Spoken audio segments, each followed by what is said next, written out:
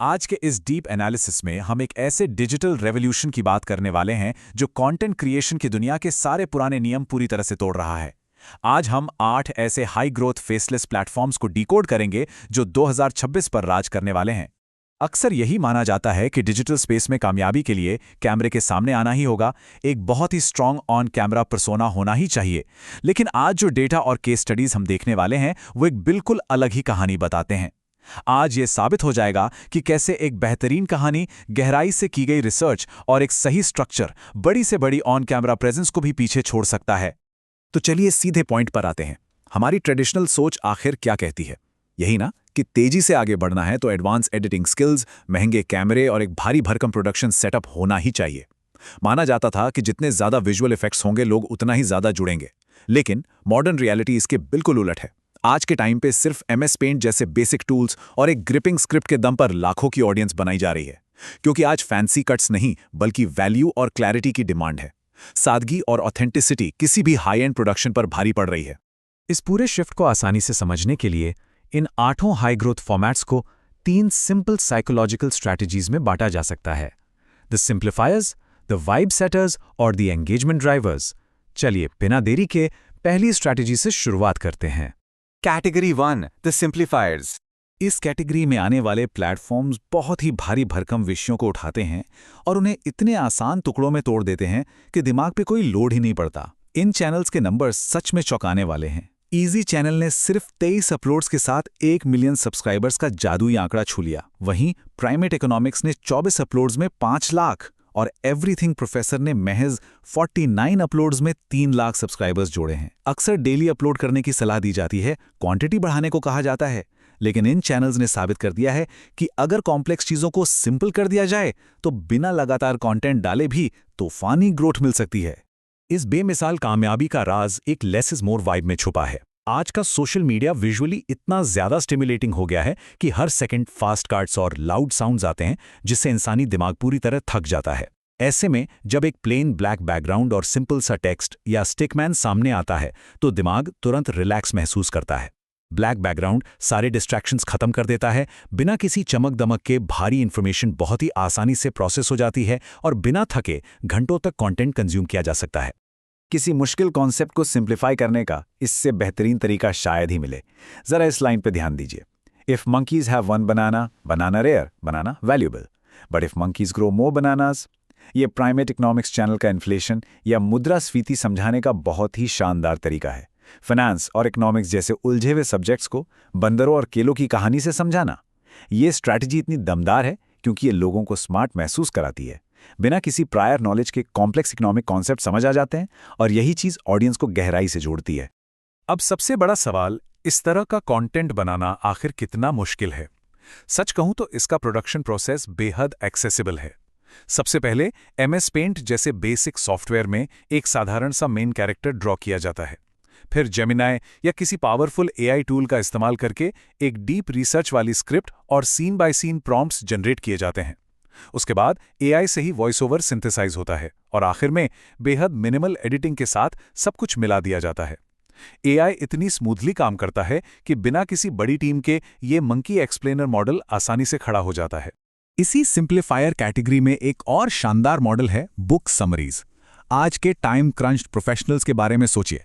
नई चीजें सीखनी है, किताबें पढ़नी है, पर हफ्तों का समय नहीं है।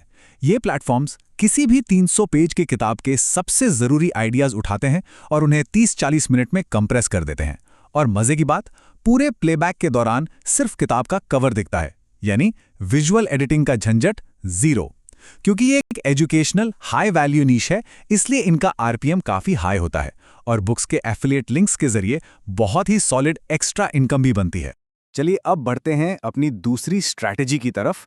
Category 2, the vibe setters. 7 million यानी पूरे 70 लाख सब्सक्राइबर्स, ये नंबर है मिस्टर नाइटमेयर नाम के एक प्लेटफॉर्म का। ये उन कमाल के फॉर्मेट्स का हिस्सा है जहां विजुअल्स या एडिटिंग लगभग पूरी तरह से गायब हो जाती है और पूरा गेम सिर्फ एक बेहतरीन माहौल, एक प्योर वाइब बनाने का होता है। हॉरर स्टोरीज के स्पेस में ये प्लेटफॉर्म 2015 से डोमिनेट कर रहा है। इस जबरदस्त सफलता के पीछे का साइंस क्या है? जवाब है प्योर एटमॉस्फेयर। डरावनी कहानियों में बहुत ज्यादा विजुअल्स की जरूरत नहीं होती, बल्कि वो अक्सर डर को कम कर देते हैं।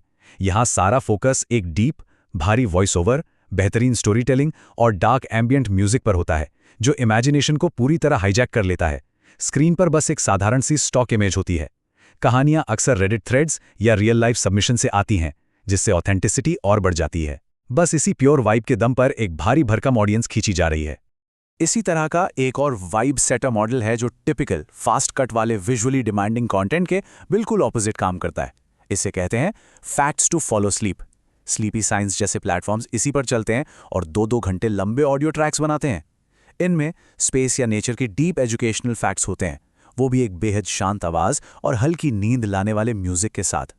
लोग इन्हें स्क्रीन देखने के लिए नहीं बल्कि रिलैक्स होकर सोने के लिए बैकग्राउंड में प्ले करते हैं। अब रेवेन्यू की बात करें तो 2 घंटे लंबे ट्रैक्स में multiple mid roll ads place किए जा सकते हैं और एजुकेशनल नीश होने से प्रीमियम एडवर्टाइजर्स आते हैं, जिससे इनका आरपीएम आसमान छूता है। अब आते हैं इस एनालिसिस की आखिरी कैटेगरी पर, कैटेगरी 3, द एंगेजमेंट ड्राइवर्स। पिछले फॉर्मेट्स दिमाग को रिलैक्स करते थे, लेकिन ये प्लेटफॉर्म सफल होने के लिए पूरी अटेंशन और एक्टिव पार्टिसिपेशन की डिमांड करते हैं। क्विज केक जैसे प्लेटफॉर्म्स का फॉर्मूला देखिए, guess the country, find the odd one out या गेस द लोगो। इन कंटेंट पीसेस का एवरेज व्यू ड्यूरेशन काफी ज्यादा होता है। ऐसा क्यों? क्योंकि इनमें मल्टी लेवल स्कोरिंग का एक कमाल का साइकोलॉजिकल लूप है। हर सही जवाब पर पॉइंट्स मिलते हैं, जिससे अगला सवाल देखने का हुक बन जाता है। आखिर में लोग कमेंट्स में अपना फाइनल स्कोर शेयर करते हैं, जिससे एंगेजमेंट रेट बहुत हाई हो जाता है। और सबसे बढ़िया बात, एक बार ग्राफिक टेम्पलेट बन गया तो उसी को बार बार नए सवालों के साथ इस्तेमाल किया जा सकता है। सेल्फ इंप्रूवमेंट स्पेस की इस ग्रोथ टाइमलाइन को समझना भी बहुत जरूरी है। आज से सिर्फ 12 महीने पहले इस स्पेस में कुछ नए फेसलेस प्लेटफॉर्म्स लॉन्च हुए थे। शुरुआती 6 महीने तक उन्होंने सिर्फ और सिर्फ लगातार बेहतरीन स्क्रिप्टिंग पर फोकस किया, और आज रिजल्ट देखिए। रीबाउंड माइंडसेट और speak Saurabh 2 lakh subscribers cross कर चुके हैं और चैट सेंसेई 1 लाख की ऑडियंस बना चुका है। कम्युनिकेशन, डार्क साइकोलॉजी और फिटनेस जैसे विषयों पर इनकी इतनी तेज ग्रोथ दिखाती है कि सही समय पर सही ऑडियंस की नब्ज पकड़ना कितना कारगर होता है।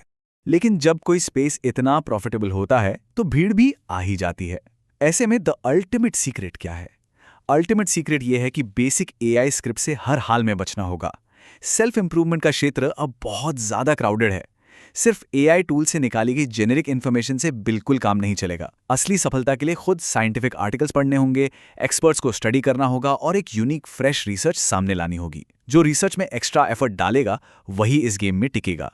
तो इन सारे सोर्स मटेरियल्स, केस स्टडीज और डेटा को गहराई से एनालाइज करने के बाद एक बहुत ही बड़ा और विचारणीय सवाल सामने आता है।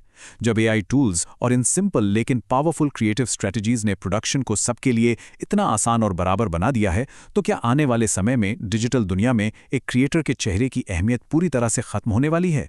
क्या भविष्य सिर्फ और सिर्फ स्ट्रॉन्ग रिसर्च, ऑथेंटिक वैल्यू और बेहतरीन स्टोरी टेलिंग का होने वाला है? इस पर जरूर विचार कीजिएगा। आज के इस एनालिसिस में साथ जुड़ने के लिए बहुत बहुत शुक्रिया।